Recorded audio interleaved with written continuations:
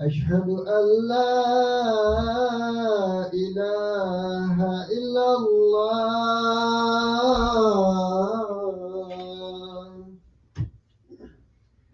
أشهد أن محمدا رسول الله. أشهد أن محمدا رسول الله. حي على الصلاة.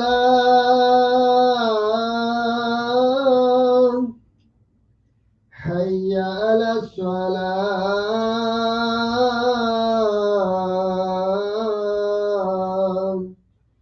حي على الفلاح.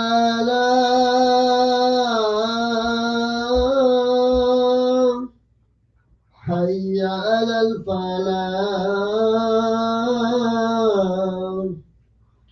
الله أكبر. الله أكبر. لا إله إلا الله.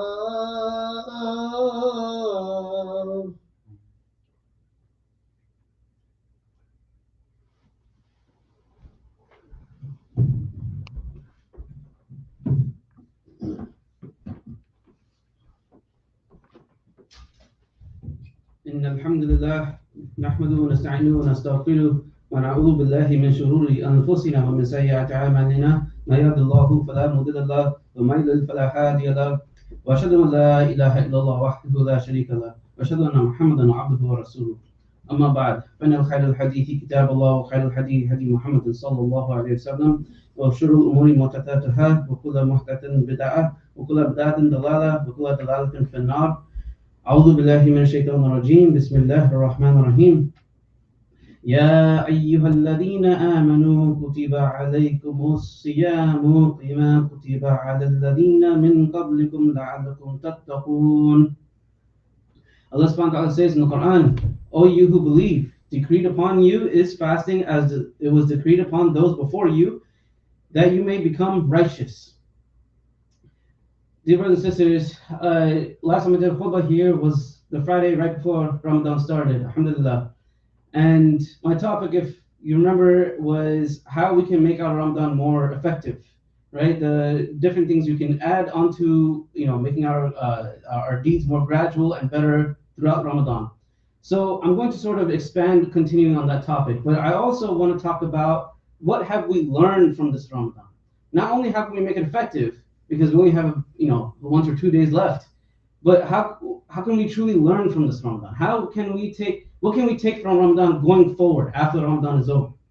You see, there's a few points I want to address today, inshallah. And the first one I'm talking about is this sort of misunderstanding, I think, that many Muslims have, I would say many Muslims have, regarding the last 10 nights, the Laylatul Qadr specifically, right? Many Muslims have in their mind that the 27th night is the night for Laylatul Qadr. But from the Islamic evidence that we know from the Quran and Sunnah, Prophet himself never stated a specific date. In fact, he himself was about to announce the date of Laylatul Qadr, and he overheard two Muslims arguing. And so he came over to them and said, it's because of you two that I have forgotten the date. SubhanAllah. So Prophet forgot the date of Laylatul Qadr. And so he himself could never say 27th night if he himself never remembered which day it was. But he, in the same hadith, he says that, but that is better for all of us, or for all of you. And what does he mean by that? Well, if we were to say, if, let's, for example, Prophet decided to say that 27th night is the night of Ramadan, let's say he said that, then we see what exactly is happening today, unfortunately, which is Muslims kind of taking Ramadan in a very lax manner. And then when it comes to 27th night, the massages are completely full. Everyone is there for the full Taraweeh. They don't go after 8 rakat or halfway. They stay for the full thing.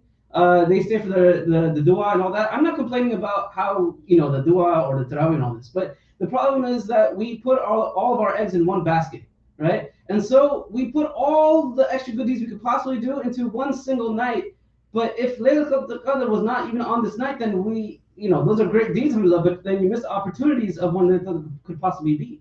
So the reason Prophet ﷺ said that is better for us is because he knows that the Muslims would have taken a shortcut and would be like, okay, we'll just wait till 27th night, do all our good deeds then, and then that would be it. Allahu A'lam. But this is the wisdom why we don't have that actual specific date.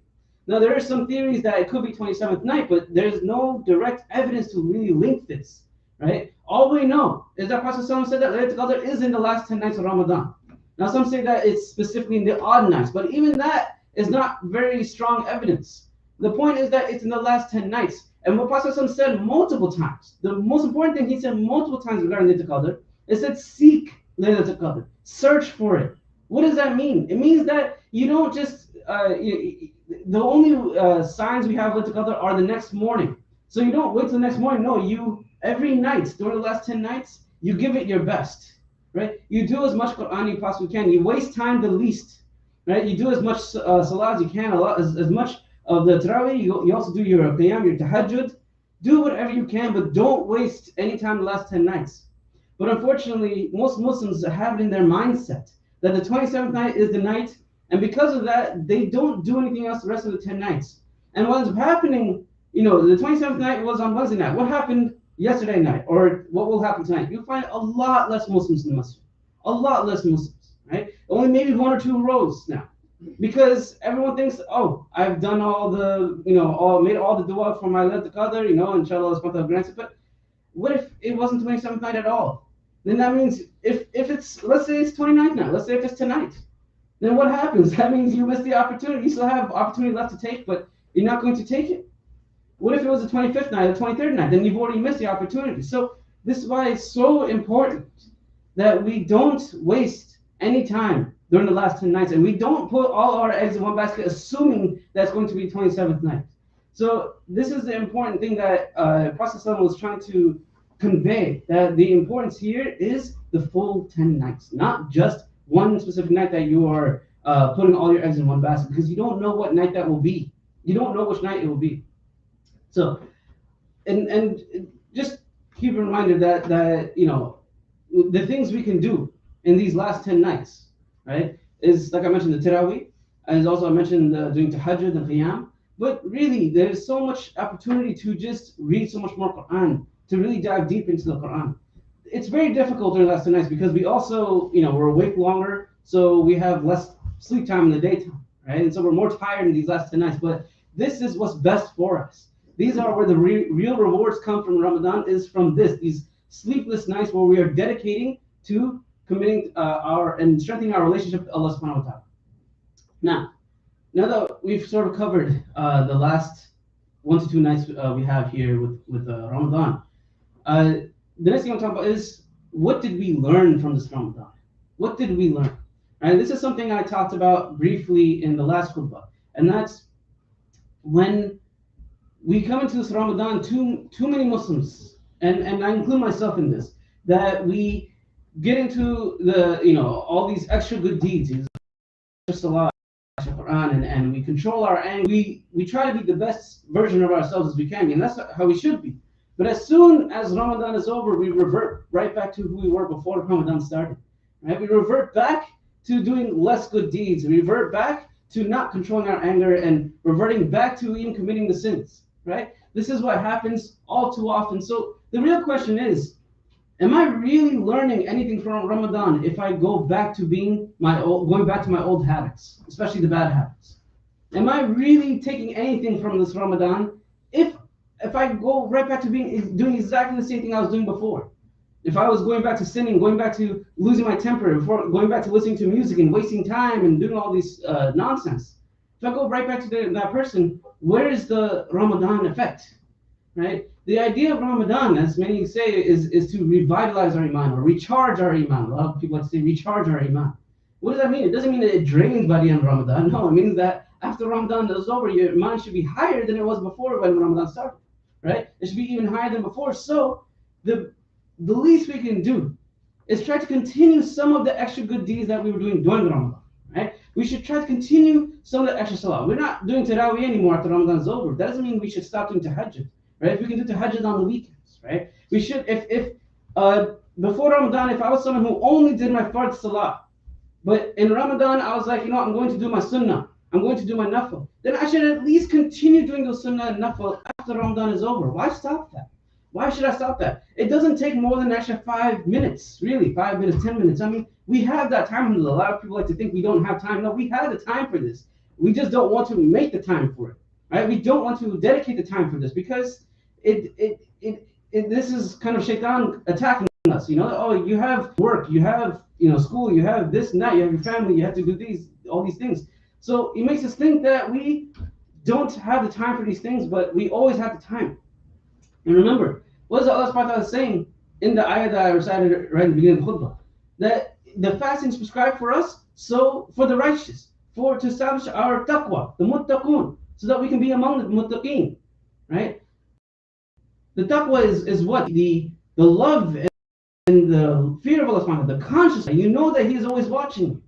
In Ramadan, we are strengthening this connection with Allah subhanahu wa ta'ala. But if we go back to being who we were after Ramadan is over, then that means that bond that we've solidified during Ramadan is superficial because it never solidified. It just you did all these extra good things and then you just went back to being a word. So that means the taqwa that you're establishing or you thought you were establishing is not really solidified. It's not really a true bond. So as Muslims, we should be focusing on bettering ourselves post Ramadan. Ramadan more efficient, right? We're fasting, so we're hungry. We abstain from the sexual activities. We abstain from food. We abstain from water, and we abstain from wasting our time. So this is supposed to help us recharge, revitalize our iman, so that when Ramadan is over, we go back to having relations with our. When we go back to eating and water and whatnot and having a more routine schedule, at least our iman should be stronger so that we can continue doing some of those good activities and continue to better ourselves. This is the point I'm trying to make in today's khutbah, is that it's about continuing doing the good, continuing the good that we started in Ramadan. It should never stop just because Ramadan is over, right? So a couple of things I want to focus on. So I've already talked about the extra dhikr and ibadat that we can do, the extra acts of worship, but there's a couple of other things that I think a lot of Muslims tend to forget. It's not just about the salat and Quran, but it's also our character that requires attention. Right? When we have food not in our stomachs, when we're hungry all day, it's difficult to be angry to show our anger. Right? When we're thirsty, it's difficult to show your anger because why? Because you're already hungry and thirsty. If you start showing your anger, it'll only drain you much quicker. You want to preserve the energy. Right?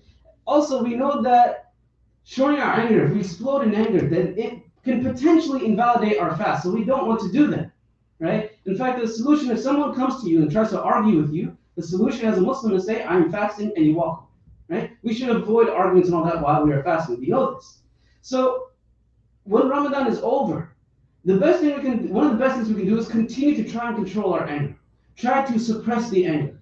Because showing anger is human nature, and it's very easy to do, right? I'm driving on the road, and all of a sudden, this car just cuts me off. They weren't looking. They just cut me off and almost caused an accident. Right? This is something that happens all the time to all of us, right? You're driving on the road, it's going to happen, right? And what ends up happening?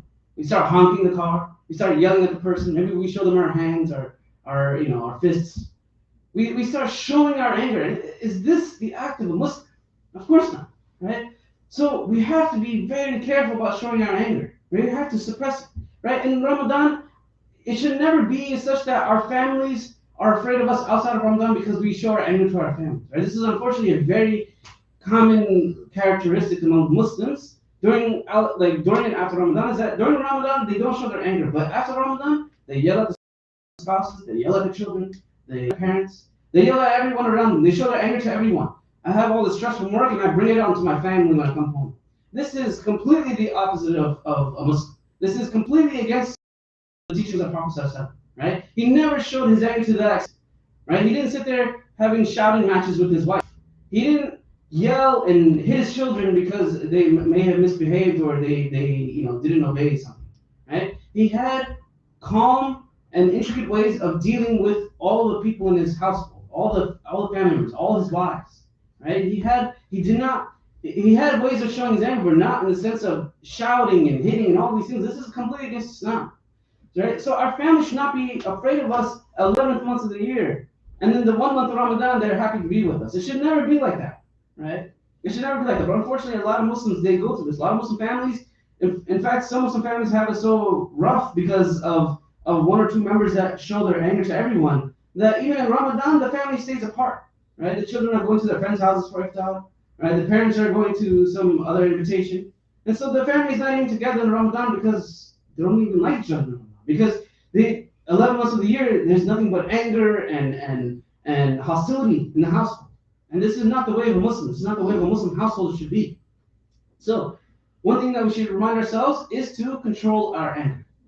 Okay. Second thing I want to bring up, inshallah, and this might be the last point, is the honesty and truthfulness. Right. There's a common joke in India that the non-Muslims, the Hindus, they only do business with Muslims during Ramadan because it's the only time Muslims are honest. Right? It may be funny to some, but it's very sad, and it's actually a true state of the Muslims. Right? We know that we cannot lie while we're fasting. We know we cannot be dishonest in our business dealings while we're fasting. Right? We have the potential of invalidating our fast if we start lying and being dishonest, etc., and all that. So we are not supposed to have that dishonesty in our character during Ramadan. But unfortunately, so many Muslims, as soon as Ramadan is over, we go right back to the dishonest business dealings, right? Whether it be I'm buying or selling, it doesn't matter. If I own a business or if I'm going to someone's business, we try to be dishonest, right? We try to return something that's not, we have no reason to return, right? We try to, unfortunately, Muslims who own businesses, they try to sell things that, for they be dishonest with the pricing, right? They have issues with please no talking on the football, please. Anyway, so lost my train of thought. As I was saying with the dishonesty, it's important to understand that as Muslims we should not be dishonest, even post Ramadan, right? Unfortunately, too many Muslims they're willing to deceive and lie to other, whether it be Muslims or non-Muslims. They're willing to lie and deceive to gain just a few extra dollars, for a few extra dollars. And subhanAllah, if they can only see what will happen on the day of judgment, right? When we are brought forth to Allah subhanahu wa ta'ala, our wealth, every single bit of our wealth will be held accountable. Every single dollar, every single penny that we earned is going to be held accountable. It's going to be, looked at. It'll be scrutinized by Allah subhanahu wa ta'ala, right? In front of the whole world. So you have to ask yourself, is it really worth a few extra dollars? I mean, what if the few extra dollars that you deceive someone for ends up being used against you on the day of judgment? That's not something you want to happen. So it is never worth scheming, lying, or deceiving others, especially other Muslims, but even non-Muslims. It's not allowed. It's not worth doing that just for a few extra dollars. Those few extra dollars will be held against you on the day of judgment, and they may not do anything for you in this dunya. So they provide almost no benefit at all, both dunya and akhirah-wise. But being honest in your business goes a long way. It goes a long way. You'll be given extra reward for for every single honest business thing you have. You get extra reward for just that, right? If you, and there's always barakah in good, honest dealings, right? I've found so many Muslim businesses who are very honest. They don't deceive or anything. And while they don't make much, they're always happy with what they have, alhamdulillah. Because that is the barakah in their business. That is the barakah in their wealth. No matter how little it is, but it provides just enough for them, and that's what makes them happy, alhamdulillah.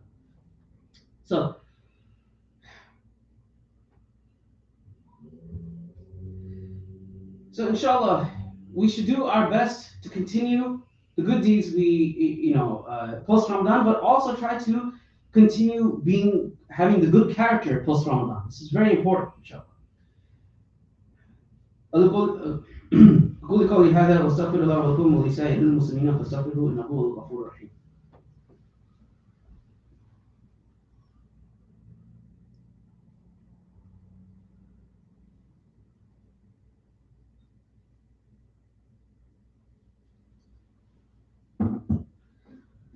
Alhamdulillah, wassalatu ala Rasulillah wa ala alihi wa sahbihi wa man wala. So I have to do this khutbah very shortly. So I just want to say one last thing really is that, as I mentioned before, we only have really just hours left of this Ramadan. We should do our best to make the most of it, right? Utilize the best. Continue our character post Ramadan, but also continue doing the extra good deeds post Ramadan as well. اللهم صل على محمد وعلى ال محمد كما صليت على ابراهيم وعلى ال ابراهيم اللهم بارك على محمد وعلى ال محمد كما باركت على ابراهيم وعلى ال ابراهيم في العالمين انك حميد مجيد. Ya Allah, please accept our fast. Ya Allah, please accept our salah. Ya Allah, please accept all the good deeds, extra good deeds we are doing this Ramadan. Ya Allah, please protect us from the fitna post Ramadan. Ya Allah, please help strengthen our iman so that we may utilize whatever opportunities we have left this Ramadan and going forward. Ya Allah, please help ease the suffering of the Muslims around the world. سبحان ربك رب العزة عما يصفون وسلام على المرسلين والحمد لله رب العالمين. إن الله يأمر بالعدل والإحسان وإيتاء ذي القربى وينهى عن الفحشاء والمنكر والبغي يعظكم لعلكم تذكرون فاذكروني أذكركم واشكروا لي ولا تكفرون. أقم الصلاة.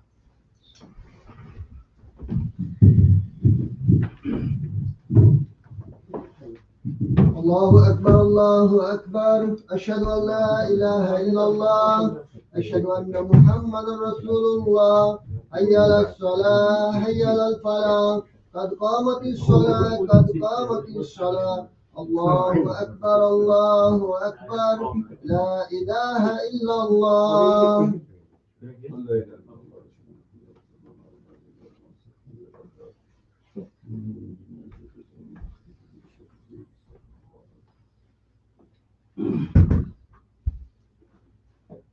الله أكبر.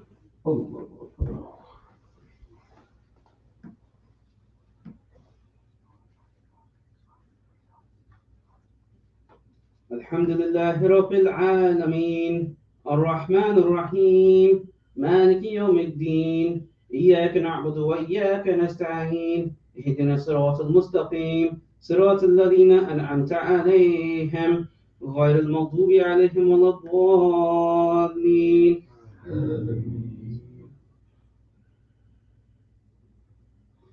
والعصر إن الإنسان لفي خسر إلا الذين آمنوا وعملوا الصالحات وتواصوا بالحق وتواصوا بالصبر. الله أكبر.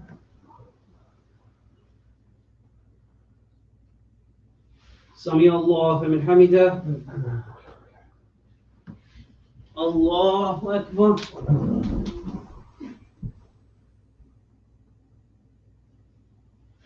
الله أكبر. الله أكبر.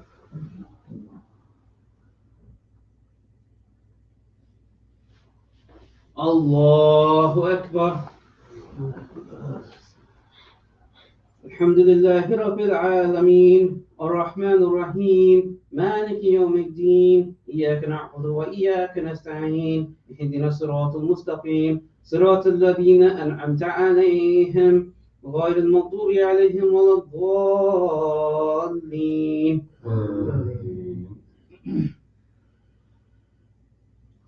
قل هو الله أحد الله الصمد لم يلد ولم يولد ولم يكن له كفوا أحد. الله أكبر.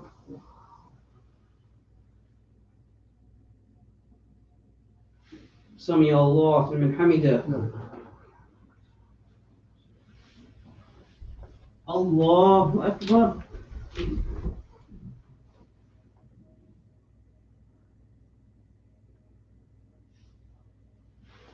الله أكبر. الله أكبر.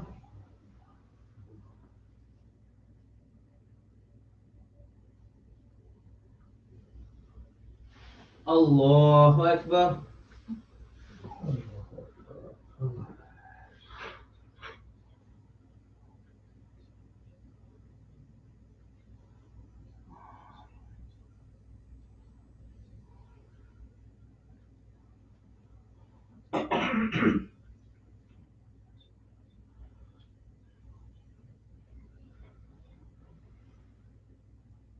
السلام عليكم ورحمة الله.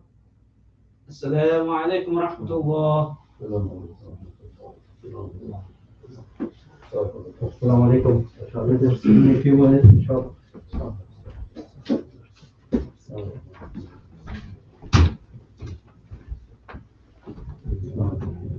Alaikum. Just give a few minutes. I know we are all in a hurry, but sometimes it's very important to listen to the announcement from the masjid because we spend so much time, but few minutes we cannot stay. That's not right, but that's okay. But inshallah, just remember now, as Imam was saying, that we are winding up the Ramadan, and inshallah, there are a few things still left, and one thing is that tomorrow we finish the recitation, April 30th, in the evening, Saturday evening. But at 7 o'clock, we start distributing the fitrah. So if you have not given the fitrah, there's a box outside. So inshallah, we can gather it, and we normally buy the grocery cards to give it out instead of giving cash.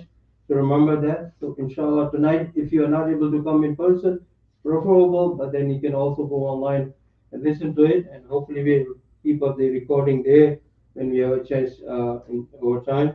So Jazakallah for that listening. I take a few minutes. I normally don't even announce it because people don't want to stay that. That's it. Jazakallah for all of you stay. And Jazakallah for our Imam. So, may Allah Ta'ala reward you. تقبل الله ما شاء الله حرام ان شاء الله ما شاء الله